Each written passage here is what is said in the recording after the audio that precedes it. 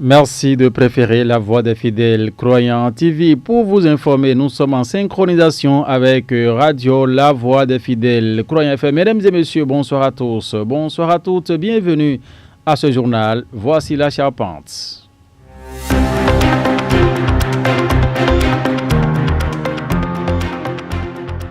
À peine installés, les députés sont déjà appelés à franchir une nouvelle étape décisive dans la structuration de l'institution parlementaire. Par un communiqué rendu public le lundi 9 février 2026, le président du Parlement, Joseph Diogbenou, convoque ses collègues députés à une séance plénière prévue pour le mercredi 11 février 2026 au Palais des Gouverneurs à Porto Novo. Détails à suivre.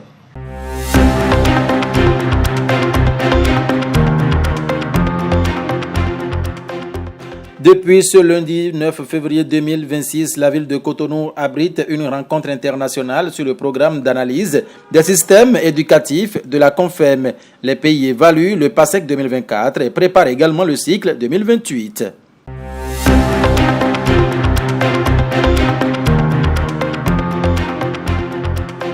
Et vous suivrez en fin d'édition Abdul Hamid Sani Alao, président de l'Organisation humanitaire pour l'entraide islamique, sur la distribution des kits alimentaires au Bénin dans le cadre de Ramadan 2026. Voilà pour les titres, le développement, c'est dans un instant.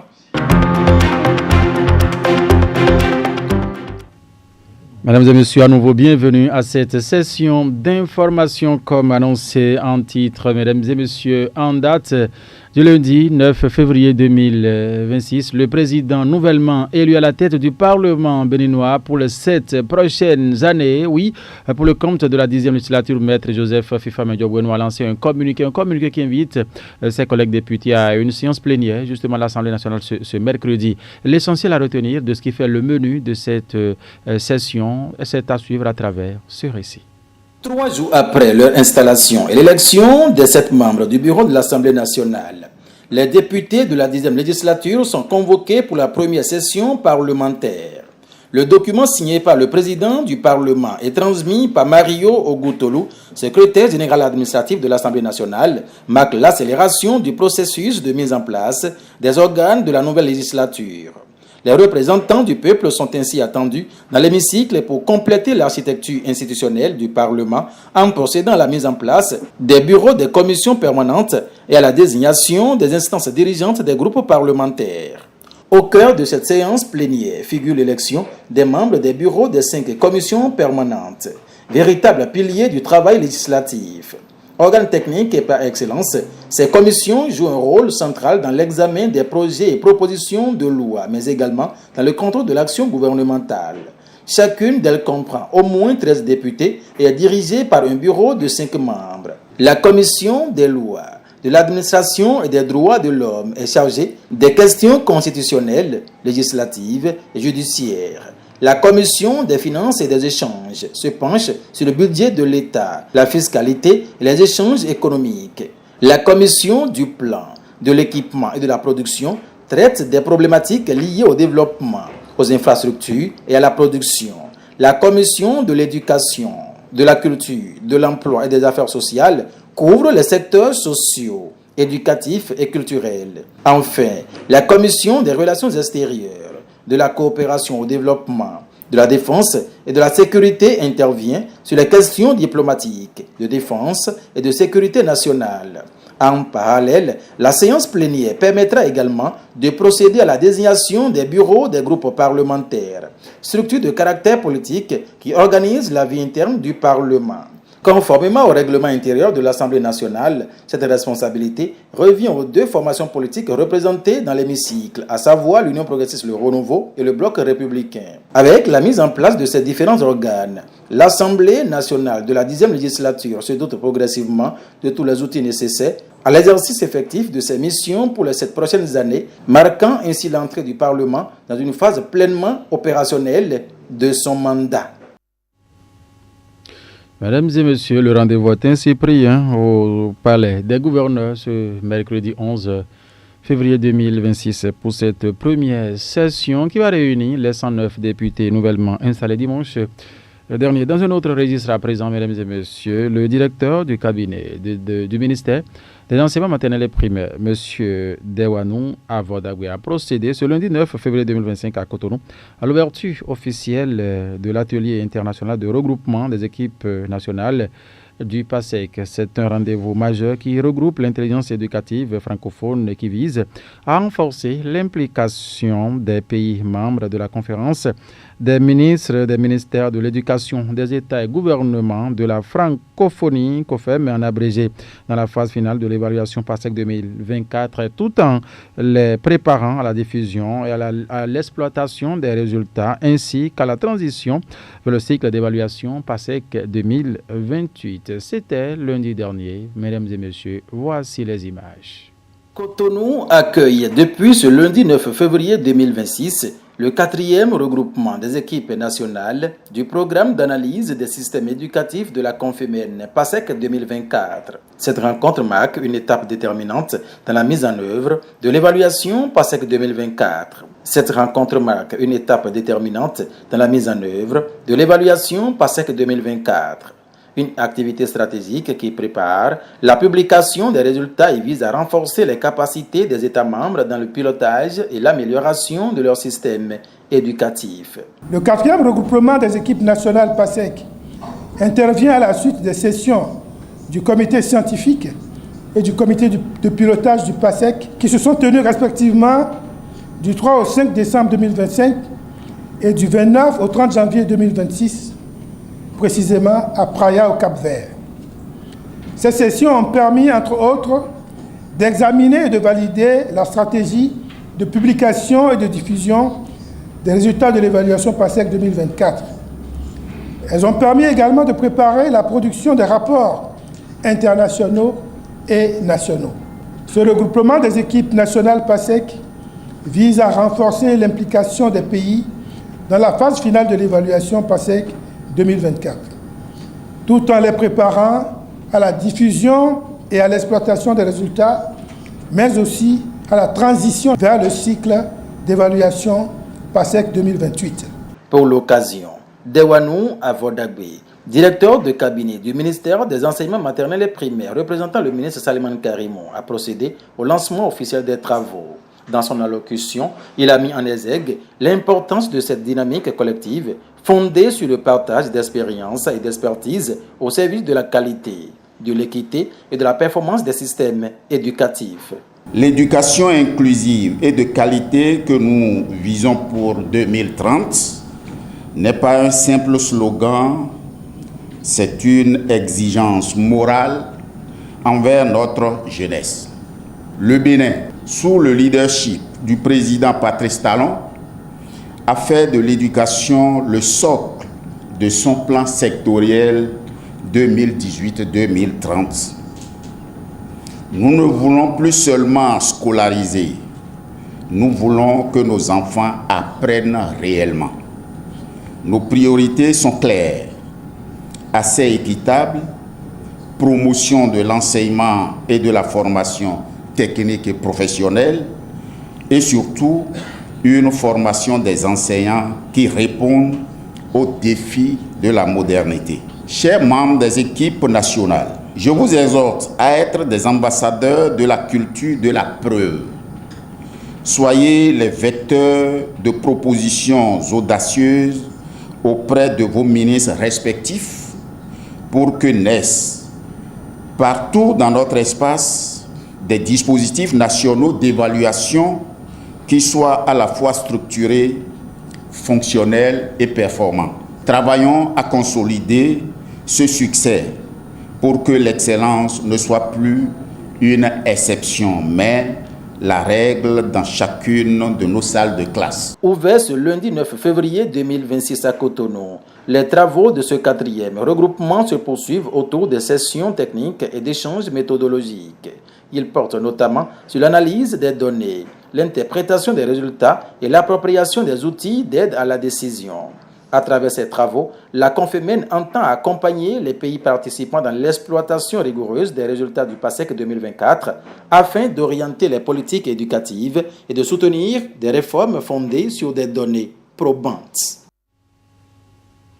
À cette séance, le lundi 9 février 2026, le secrétaire général de Confem, Abdelrahman Baba Moussa, est revenu sur ce qui fait l'objectif de ce grand regroupement, sans oublier le directeur de cabinet de MAMP Dewanou Avodagwe, lui aussi qui revient sur ce que doivent être les résultats, l'utilité des résultats qui sont attendus à l'horizon 2028. Suivons ici ces deux personnalités au cours de cette séance.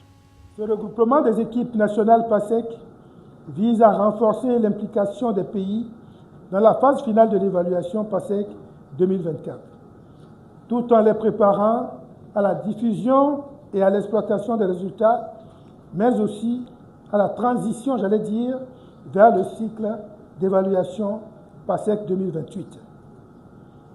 Durant 5 jours, les équipes nationales seront informées sur leur rôle justement dans la finalisation des rapports nationaux.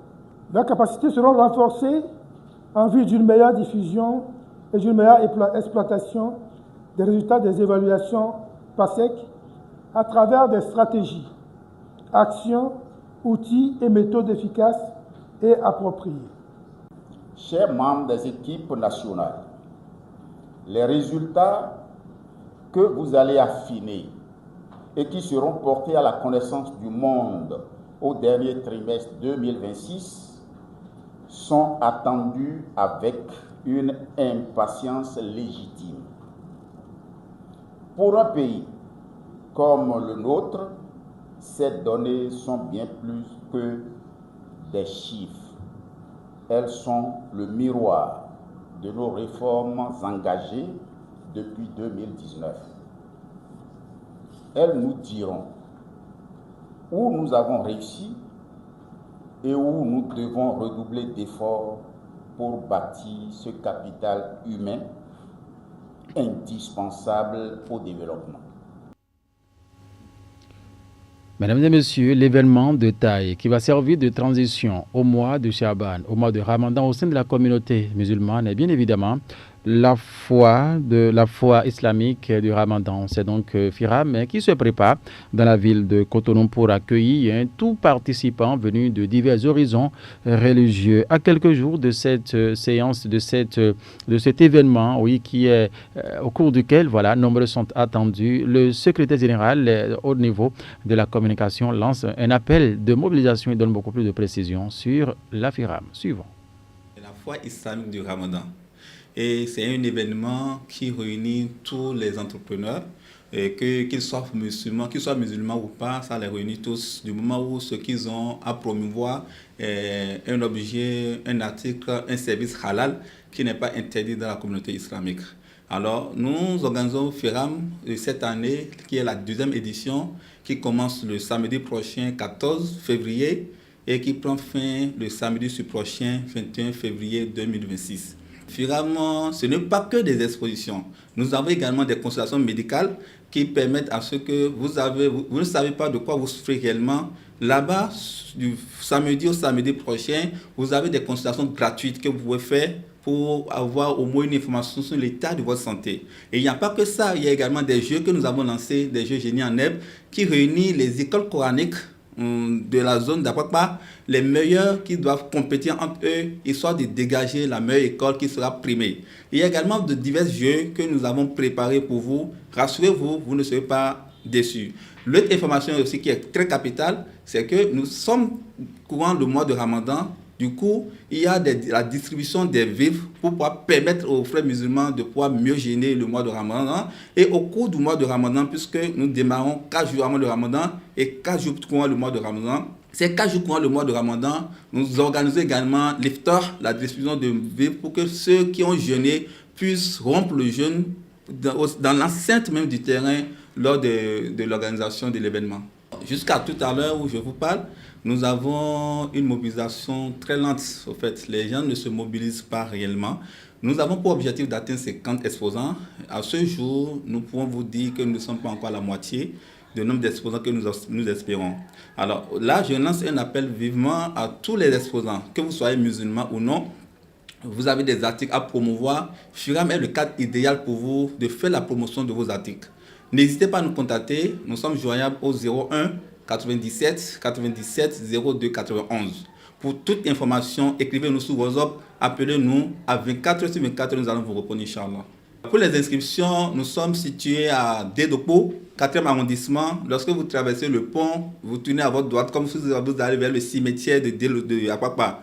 Vous comptez 1, 2, 3, 4, 5, 6, 7, 8. La 9e va vous rentrer légèrement dedans. Nous sommes situés là. Et vous pouvez également nous joindre sur le numéro pour avoir plus d'informations. Pour ceux qui ne veulent pas se déplacer, nous prenons également des momos. Vous pouvez nous contacter pour pouvoir faire votre inscription en faisant un dépôt sur ces numéros-là. Le 01 97 97 02 91.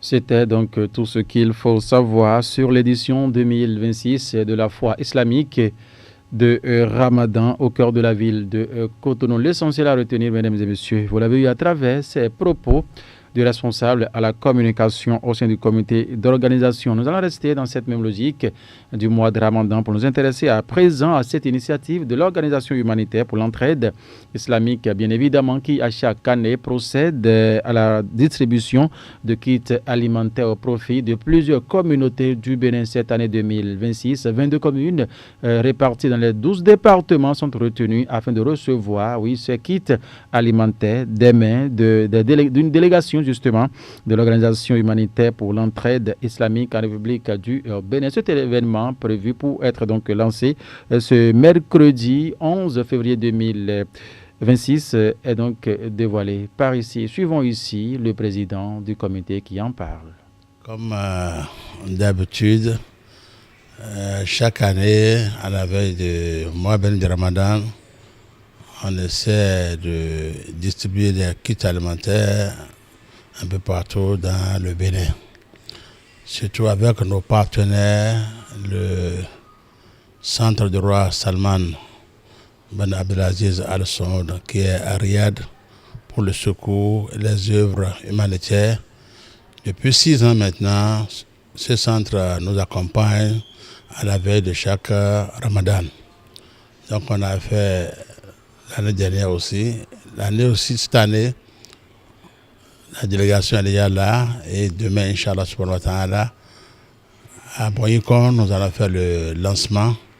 Et ce lancement-là qui va durer, disons, 1 semaine, parce qu'au total, on a 22 endroits où on va distribuer les kits alimentaires.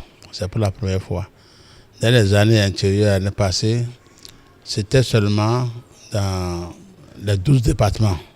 Mais avec le constat que nous avons fait, qu'il y a des départements qui sont un peu grands et les villes la distance entre les villes c'est un peu longue. Donc, pour parcourir plus de 100 km avant de venir, c'est fatigant. Il y a des endroits où on a fait, dans un département, on dit on va faire 3 endroits dans ce département-là. Exemple, comme le Borgou, par exemple. La Donga aussi, par exemple. L'Albori. Ce département-là, c'était un seul endroit où on fait ça. Mais cette fois-ci, si ce n'est pas 2, c'est 3. Si ce n'est pas 2, c'est 3 endroits. Donc, on est parti de 12 à 22 maintenant. Donc, pour faciliter la tâche aux bénéficiaires. Encore cette année, le changement que nous avons eu encore est que le nombre de kits, l'année dernière, c'était 5 650 kits. Mais c'est passé à 7 825 kits cette année. Donc, 7 825 familles qui vont bénéficier de kits alimentaires pour le mois de Ramadan, c'est énorme. Et chaque kit pèse 43 kilos. On a un sac qui contient du maïs, 20 kilos, et un deuxième sac qui contient du riz, qui fait 15 kilos. Ça, c'est là d'abord. Après, il y a encore un carton qui fait le 3e colis que chaque famille peut prendre. Dans le carton, là, maintenant, vous avez l'huile, 3 litres. Vous avez la tomate, 2 litres. Vous avez le sucre, 2 kilos. Vous avez le sel, 1 kilo. C'est tout cela maintenant qui fait les 43 kilos. Donc chaque famille va bénéficier de ça. Je crois que, Inch'Allah, avec la veille du Ramadan, si ça rentre dans une famille, je crois que c'est la joie, Inch'Allah. Le lancement se fera à Boyinko Donc toute la commune de Boyinko nous attend demain. Je dis même le zoo, parce que les gens viendront un peu partout pour nous joindre, se rejoindre à nous à Boyinko. Et c'est de là, après ça maintenant, ça continue. Et on va parcourir tous les autres départements, Inch'Allah, et on fera tout possible pour finir avant le premier jour de Ramadan, Inch'Allah, pour que tout le monde ait ce qu'il a besoin avant le premier jour de Ramadan. Allah subhanahu wa ta'ala, il nous a créés, il nous connaît plus que nous-mêmes. Il connaît le cœur aussi. On ne sait pas faire, mais on sait que Dieu est derrière nous, il nous accompagne, il nous guide. On essaie de faire vraiment de notre capacité. Et ce que je dis là, ceux qui nous connaissent, même ici au Bénin, ils sont des témoins. Il ne faut plus en parler du monde arabe, et surtout l'Arabie Saoudite. Alhamdulillah, c'est grâce à Dieu, ce n'est pas nous, c'est Allah. Alhamdulillah. Donc, si j'ai un message, je prie à la subhanahu wa ta'ala qu'il fasse que le mois de Ramadan nous parvienne en bon état, en bonne santé, et que chacun de nous fait tout possible pour nous mettre le paquet dedans, les bonnes œuvres, et tout ce que la subhanahu wa ta'ala a interdit, d'éviter cela. Ce qu'il a interdit, ce n'est pas seulement le mois de Ramadan qu'on va éviter, mais il faut éviter à tout moment. Mais quand le mois de Ramadan est là encore, c'est un moment qui aide beaucoup à laisser ce qui ne va pas, ce qui n'est pas bon, et à faire ce qui est bon.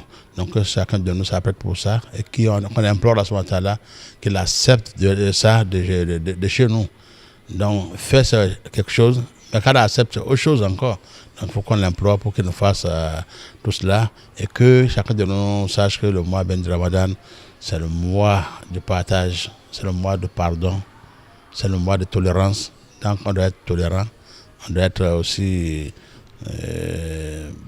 généreux, car le prophète Mohammed sallam, quand le mois de Ramadan arrive, il est le plus généreux, il donne. Donc on doit s'entraider, on doit s'aider. Toi tu as à manger, l'autre n'a pas. Il faut partager, il faut donner. Même donner à manger à quelqu'un pour rompre le jeûne de Ramadan, même si c'est de l'eau que tu le donnes, c'est une récompense énorme que tu auras auprès de la subhanahu wa ta'ala. Donc il faut qu'on fasse tout cela. Donc tu peux donner à manger aux gens, il faut les donner à manger. Tu trouveras tout cela auprès de la subhanahu wa ta'ala. Donc c'est un moment de prière. On doit prier beaucoup pour notre pays, le Bénin. Prier beaucoup pour notre gouvernement, à son tête, le chef de l'État, son excellence Patrice Talon, et tout le gouvernement entier, et toute la nation, toute la communauté. Le mois de Ramadan, c'est le mois de prière, d'invocation. On doit invoquer Allah. On doit demander toujours la paix pour le Bénin, que la paix règne au Bénin. Il n'y a pas la paix, il n'y a pas le développement. Il n'y a pas la paix, on ne peut pas prier. On n'a pas la paix, même on ne peut pas jeûner. Ce n'est pas facile. On n'a pas aller au travail, on n'a pas aller à l'école. On va faire quoi? Mais c'est parce qu'il y a la paix que tout est tranquille. Et ça se fait doucement et on évolue doucement. Et on va sûrement. Inch'Allah, on va atteindre, Inch'Allah. Donc c'est un mois de prière. On ne doit pas s'amuser, on doit faire tout possible pour faire beaucoup de prières. Car Allah qu'il accepte chacun de nous. Mesdames et messieurs, quand Ésaïe 7.7 est confondu avec Matthieu 7.7, mesdames et messieurs, merci infiniment de nous avoir suivis. C'est la fin de cette session d'information ce soir. Ils sont restés en tout cas ensemble ici. Ces coulisses aussi permettent également au journal de bien se dérouler. Au cours de cette session d'information, il était question de cette invitation du président Joseph Fifame Diogbenou, de ses collègues qui doivent donc prendre part à une séance plénière ce mercredi. L'essentiel à retenir du menu, vous l'avez donc suivi dans ce journal. Nous avons parlé également du lancement de cette activité par le directeur de cabinet du ministère des Enseignements maternels et primaires, Mewanou à Vodagwe, vous l'avez suivi ici dans ce journal. Organisation humanitaire pour l'entraide islamique. Vous avez suivi le président, effectivement, qui est revenu sur le nombre de localités avec le nombre de kits disponibles à remettre cette année avant le début du Ramadan 2026. Merci infiniment de nous avoir suivis. On vous rappelle que la voix des fidèles croyants est bien sûr disponible sur notre site internet vfctv.bj et radio vfc.bj pour nous suivre en synchronisation quand il le faut. Une fois encore, merci toute l'équipe de préparation de réalisation, de diffusion jusqu'à la présentation. Vous remercie pour votre sympathique attention. Restez fidèles à notre compagnie car le meilleur reste à venir. Au revoir.